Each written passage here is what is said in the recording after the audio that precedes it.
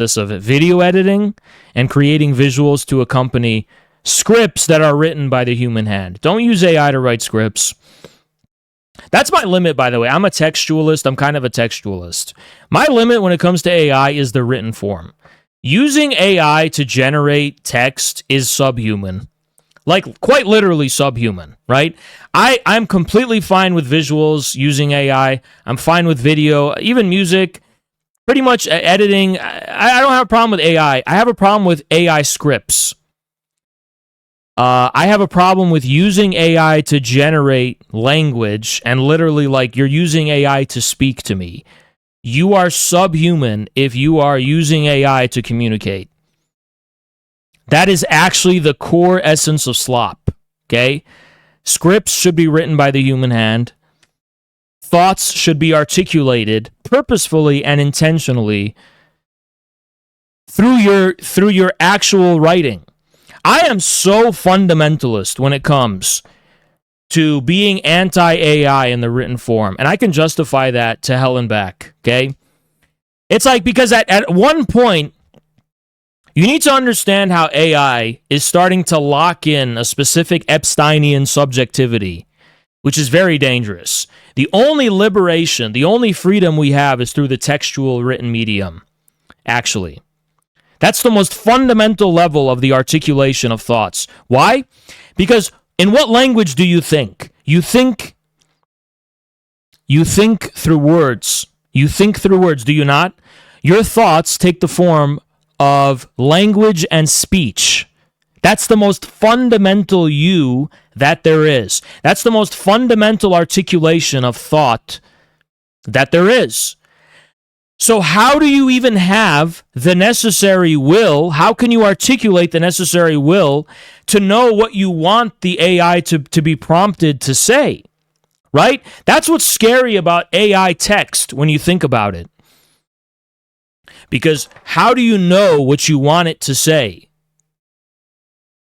Well, you type it out, right? It's the most fundamental manner by which we are capable of articulating our will in the most immediate sense is through language, and specifically through the written or the spoken form. If you're too lazy to struggle with that, and you're telling AI, generate me this text, well, where's the motivation coming from? Like, what is the intention? Because I'll tell you what it seems to increasingly be. AI, the slop is not a result of AI images or video generation or any of that. AI slop is a consequence of AI replacing human language itself and thought. That's the problem. Because at a certain point, what all of this is tending toward, what all of this is bending toward, I should say, is that we're coming to a conclusion where you're pressing a button like an animal, like a literal zoo animal, that the only way the AI knows what to do to satisfy you, to exercise your will, is you're a monkey saying, peanut, peanut, peanut, as in an extremely crude kind of neurochemical reaction that is elicited through visual or auditory, other kind of stimuli. And it's kind of like the dopamine chase. I want that, I want that, I want that. Instead of articulating your soul in an intentional way, with any intention whatsoever, your basest pleasures are going to become mechanized and fulfilled automatically. And the ability for you to articulate why you enjoy the things that you do is you're no longer going to be able to have any kind of ability to reflect on the things you enjoy. You're going to continue doom scrolling, and you're going to see the AI fruit videos where Waterina cheats on the water guy with a Mr. Fantastic, which actually happened. And, okay, you're going to keep, you like it, you watch it. It's like you're a baby, you're a child. And not to moralize, but it's like, that's really the problem, is that That's the essence of brain rot in a lot of ways when you think about it. It's like the loss of the ability to just articulate and have any kind of clarity whatsoever as far as what your intentions are. Because I don't agree with the Epsteinian model of humanity, which we are being locked into. Which is to say, yes, I think people could become brain rotted by porn. I think people can go down loops and circuits that intensify the process of acquiring, the dopamine fix. This is just kind of a mythological, metaphorical kind of fucking window dressing on what is really the Lacanian object A and the, surplus jouissance. But anyway, chasing the dopamine fix, so to speak, can land you in strange places that are in no way necessarily reflective of who you are deep down. I mean, I kind of, you know what I think? I think porn addicts who are controlled by the algorithm, I think that they accidentally end up with like weird fetishes, like people with porn fetishes that randomly end up because they were just being controlled by an algorithm, and the only like willpower and variable that was in command. Sophia, what's up? The only like human element that was in command was this extremely crude like dopamine fix that is formally blind. The dopamine fix is blind to the structure that's it's blind to the content that's structuring it, right? So I could imagine there's a guy who is like an entirely normal, or we should say typical person who had a porn, got addicted to porn and then ended up like wanting to fuck animals or something, like ended up with like the obesity porn or something. And it's not because they were inherently disposed to that. It's just because they were blind to the way that the algorithm was structuring their desires, because the only variable that they were attentive to was this kind of like dopamine, this very blind dopamine that is absolutely blind to the content structuring it, right? So it's like, I think that's happening on multiple other levels. Porn addiction is like the most extreme one. Multiple other levels in terms of people's sensibilities, people's politics, people's consciousness in general. And the Epsteinian framework of man is basically like, yeah, that's just humans are just chasing dopamine. That's not true, though. When our dopamine fix is structured, it has a structure.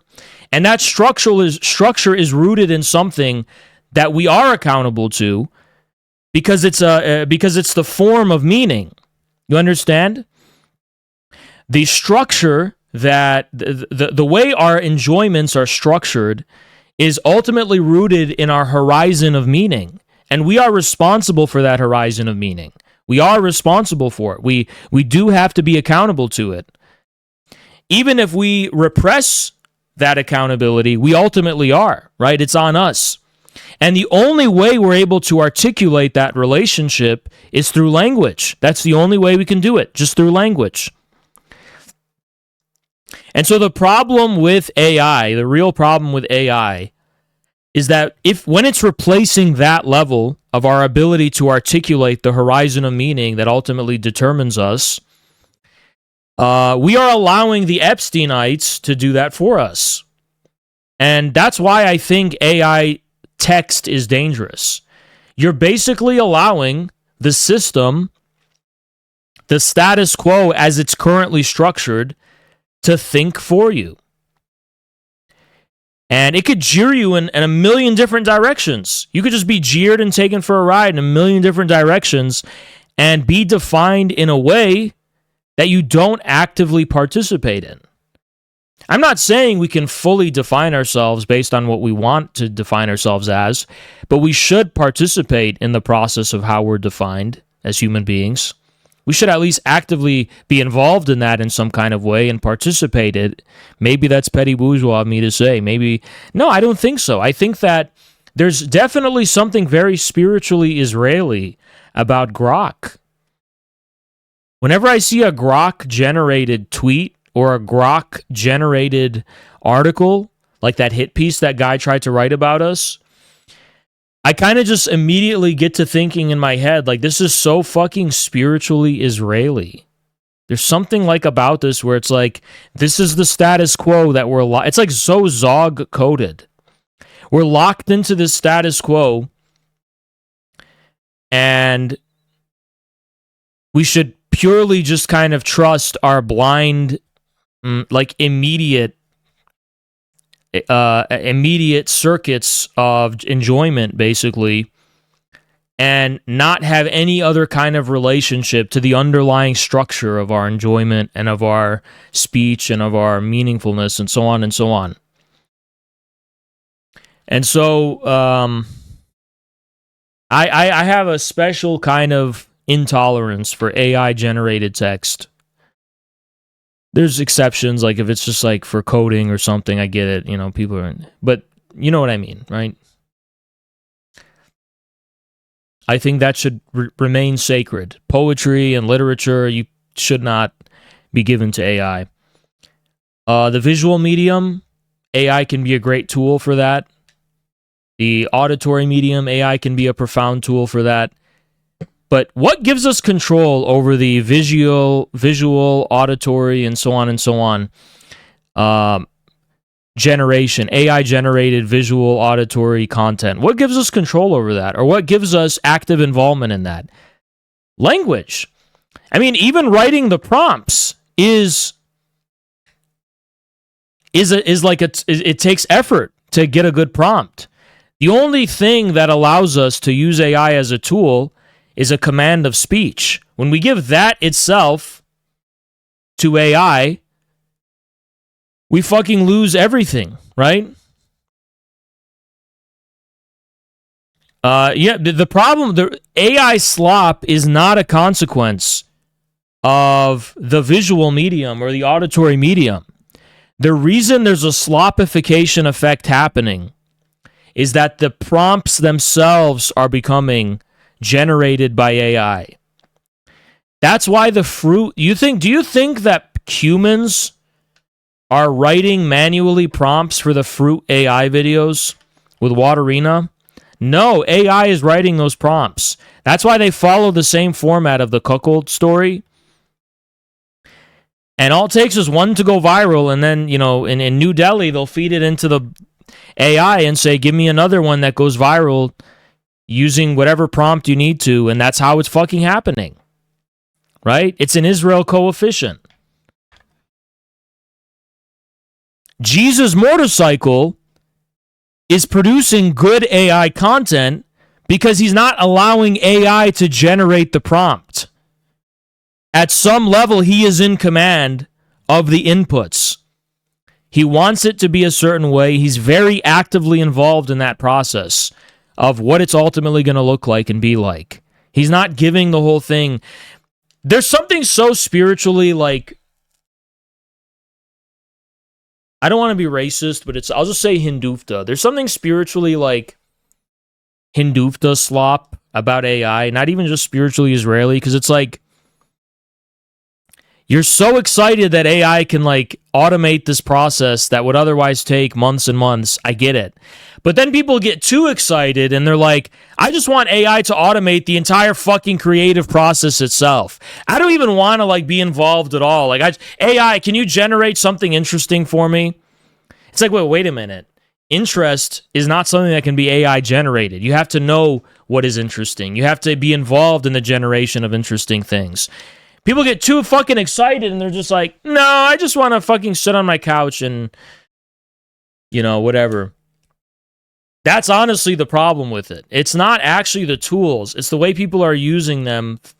It's how people are using them, right? Basically.